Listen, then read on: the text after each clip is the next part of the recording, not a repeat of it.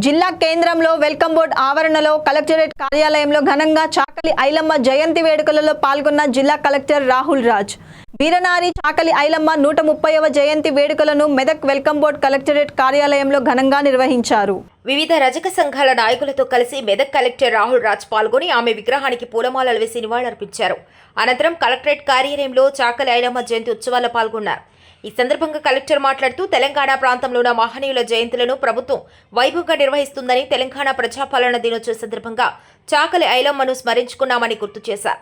నిజాంకు, జమీందారులకు, జాగీర్దారులకు, దేశ్ముఖ్లకు వ్యతిరేకంగా ఆమె పోరాటం చేసిందని గుర్తు చేశారు. బడుగు బలహీన వర్గాల వారి పక్షాన్ని నిలబడుతూ భూస్వాములకు వ్యతిరేకంగా పోరాటం చేసిందన్నారు. దానివల్లనే భారత ప్రభుత్వం కొన్ని భూ సంస్కరణలు తెచ్చి భూమి కూడా పంపిణీ చేసిందన్నారు. ఇప్పుడున్న భావితరాలు ఆమెను స్ఫూర్తిగా తీసుకొని ముందుకు వెళ్లాలని కలెక్టర్ రాహుల్ రాజ్ సూచించారు. మెదక్ జిల్లా ప్రజలందరికీ మరి ఈరోజు చాకలి ఐలమ్మ గారి జయంతిని పురస్కరించుకొని ఇక్కడికి వచ్చిన అన్ని సంఘాల నాయకులకు అందరికీ, మన మెదక్ జిల్లా ప్రజలకు అందరికీ కూడా చాకలి ఐలమ్మ గారి జయంతి శుభాకాంక్షలు తెలుపుతూ ఉన్నాను. సో మరి మనము మన తెలంగాణ రాష్ట్రంలో ఎవరైతే మహనీయులు ఉన్నారో వాళ్ళందరి జయంతులు, వర్ధంతులు కూడా పెద్ద ఎత్తున మనం చేసుకుంటూ ఉన్నాం.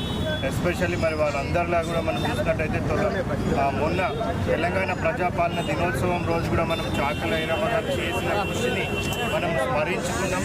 మరి నిజాం ప్రభుత్వానికి వ్యతిరేకంగా, ఎస్పెషల్లీ అప్పుడున్న జమీందారులు, జాగీర్దారులు, దేశ్ముఖ్లకు వ్యతిరేకంగా, మరి బడుగు బలహీన వర్గాల పక్షాన ఎవరికైతే భూమి దున్నుతున్నారో మరి వాళ్ళకే భూమి సొంతమవుతుంది అనేసి మరి ఆమె నిదానం తీసుకొని మరి అప్పుడు ఏదైతే అట్టడుగు వర్గాల మీద ఏవైతే దౌర్జన్యాలు జరుగుతూ ఉన్నాయో వాటన్నిటికీ వ్యతిరేకంగా పోరాటం చేసి మరి ఎంతనో మందికి కూడా ఆమె ఒక ఇన్స్పిరేషన్గా ఉండడం జరిగింది.